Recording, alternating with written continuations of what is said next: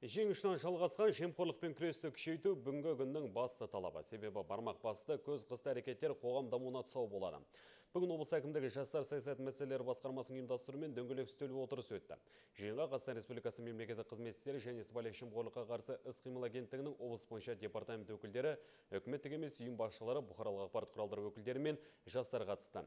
Іс-шарада Жамбыл облысы бойынша мемлекеттік қызмет істері және сыбайлас жемқорлыққа қарсы іс-қимыл департаментінің өкілі еліміздің 2015-2025 жылдарға арналған сыбайлас жемқорлыққа қарсы стратегиясының негізгі тетіктерін түсіндірді. Жемқорлық деген жеке құртпен күресуде ең алдымен әрбір мекеме ұйымдардың ішкі бақылау қызметтерінің жұмысын жандандыру қажет деп санайды. Сонда ғана сыбайластықты түп тамырымен жоймаса да, едәуір жолын кесуге болады деп пайымдайды. Сондай-ақ 19-да 94 сенім телефоны арқылы мемлекеттік қызметкерлердің ар-намыс кодексін мемлекеттік қызмет және сыбайлас жемқорлыққа қарсы күрес туралы заңдарын бұзу фактілерін хабарлауға болатынын атап өтті.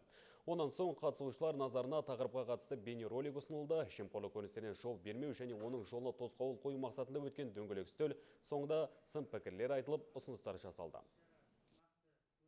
Шыны керек, көп жерде азаматтар мемлекеттік көрсететін қызмет алу кезінде болмаса әртүрлі органдарға қайрылған кезде, денсаулық сақтау саласы болсын, әр салаға барған кезде өздерінің құқықтық мәдениетінің төмен деңгейінен сыбайлас жемқорлыққа жол беріп жатады.